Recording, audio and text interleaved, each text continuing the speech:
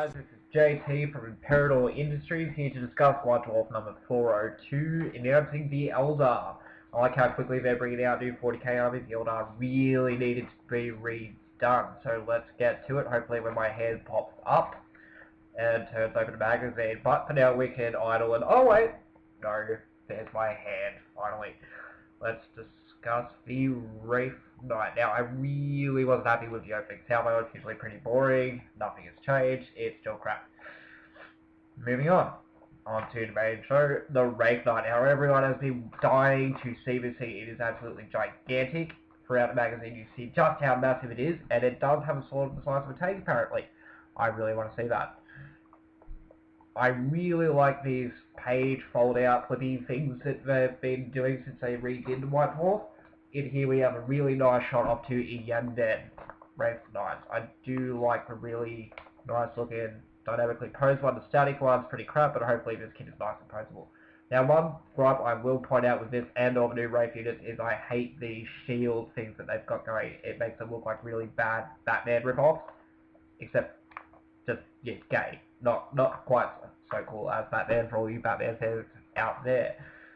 Now, there's more shots at the Wraith Knight. Still looks pretty impressive. Pretty boring and static pose though, but that's to be expected. Now, onto the new Eldar Hemlock Wraith Fighter. I really like the downswept wings on this thing.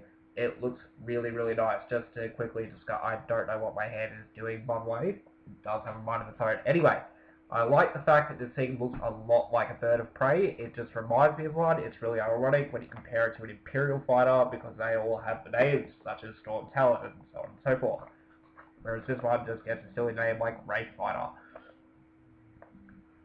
I must apologise, I am really sick, and it is 10 o'clock at night, and I, for some reason, am playing with the lights at this point. I don't know what I was thinking. Ah, there's the lights again. Anyway, we're about to turn the page. Hopefully when my hand reappears, they're going to become famous hands, aren't they? One day. I really need to script these things better. Anyway, on to the Crimson Hunter, which looks kind of like a retarded Eldar X-Wing thing. There's only 2 photos here. It doesn't discuss too much what the role is. It's still talking about it as if it's a fighter.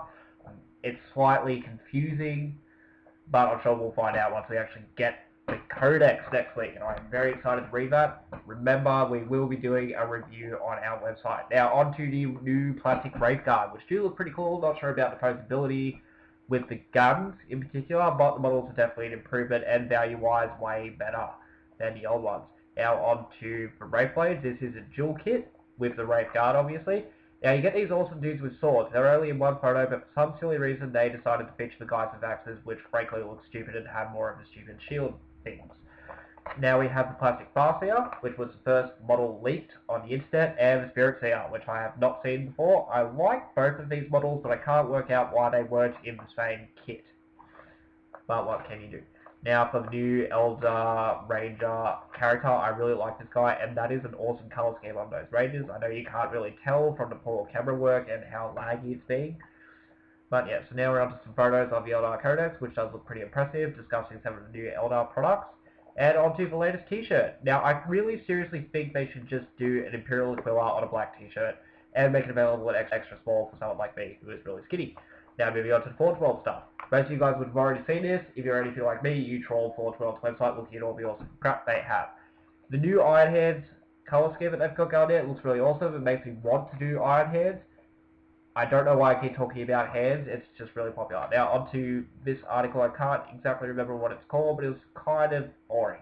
I do like the giant, it's throwing up all over that poor Empire State Trooper. We'll skip Jarvis for now. And onto the battle report. Now, the battle report is pretty interesting. I don't like the photos. They're not exactly up to scratch with what we usually expect from a White Dwarf, but that being said, the battle is pretty interesting. The Eldar table the Necrons, which is really unusual. Now to Armchair General, I'm just flipping through this because this is garbage. I didn't like it. I love Tau, but this article is just this dude with the purple Tau army wanking over his Tau, which really wasn't interesting or helpful. And moving on to Glad Shitsuit. Now, everyone who buys this must love this article. It is my favourite article in the whole book. I wish I could make conversions like this guy. These things are sick. They're way better than the actual conversion corner conversions that they do, and I just love everything this guy does every month. It keeps me coming back. Now it's just very well. I don't know why that's in the Hall of Fame. It's not really that old of a model, and it's not that good to begin with.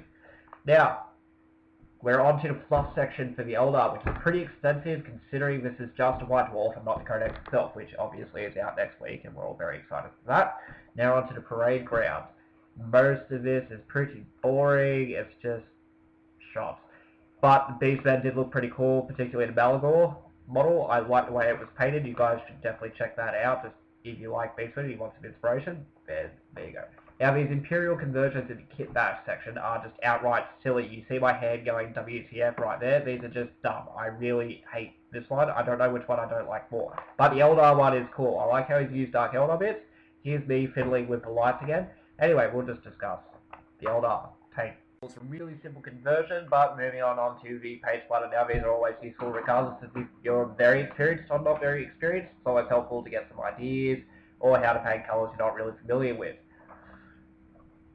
I do enjoy reading these. It's almost as good as the How to Paint It Out Miniatures book. Now to Jeremy Beatock. Not too pleased with that, which basically speaks to this whole book. Anyway, skipping past the boring index crap onto this month in White Dwarf. I have no idea why they put that behind everything else, but here we have a design studio talking about how they designed the new Wraith Knight. It's a pretty interesting read. I like reading these things. The one on the tower last month was really good. I think you should check these out if you have any interest in the model design or the aesthetics. On to Forge World. This is possibly my favourite section of the whole thing though, and we have a sneak peek of Dreadmore Rubber. Now we're going to go back to Jarvis. Just before my hands even take us back to Mr. Johnson, I'm just going to say that I really did not enjoy his article. He spends most of the time discussing how models over time gain their own personality. I thought this entire thing was just a complete waste of time and ended up being a great big advertisement. Anyway, in the end, what I thought was that this guy had just written this article the day before this was printed off, and that is really disappointing coming from one of the most respected names in our industry. Not happy at all. Overall, this White Dwarf was really disappointing. The Eldar look awesome though. Anyway, I'm going to say goodbye for now. Be sure to check us out next week. And if you would like a copy of your latest White Dwarf, go to your local newsagent or Games Workshop. I will